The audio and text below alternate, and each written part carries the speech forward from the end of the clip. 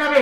আমরা ওই যুবকদেরকে চাই যাদের হুঙ্কারে গোটা সমাজ ব্যবস্থা কেঁপে উঠবে, যাদের কথা বললেই ওই শয়তানগুলো সাতবার কি করে পুকুরে যায় গোসল করা লাগে।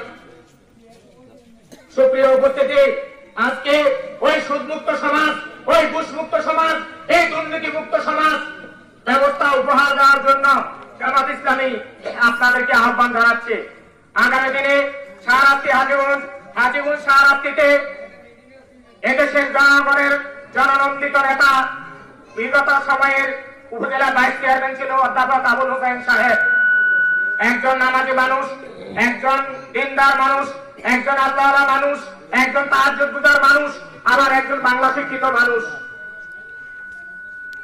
এদেরকে দায়িত্ব দিলে এরা মসজিদে ইমামতিও করতে পারবে, এদেরকে দায়িত্ব দিলে এরা সমাজ চালাতে পারবে।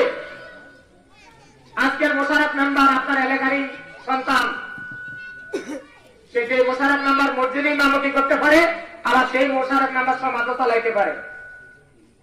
আমরা এইরকম মোশাররফ মেম্বার অগণিত সৃষ্টি করতে চাই, কি বলেন?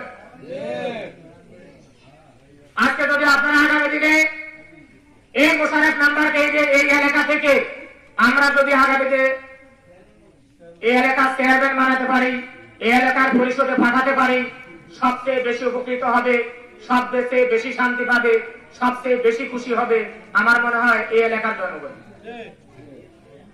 সম্মানিত উপস্থিতি, অধ্যাপক আবুল হোসেন ভাই আগামী দিনে এই এলাকার এমপি হিসেবে নির্বাচনে আপনাদের সামনে আসবে, আপনাদের সামনে কথা বলবেন।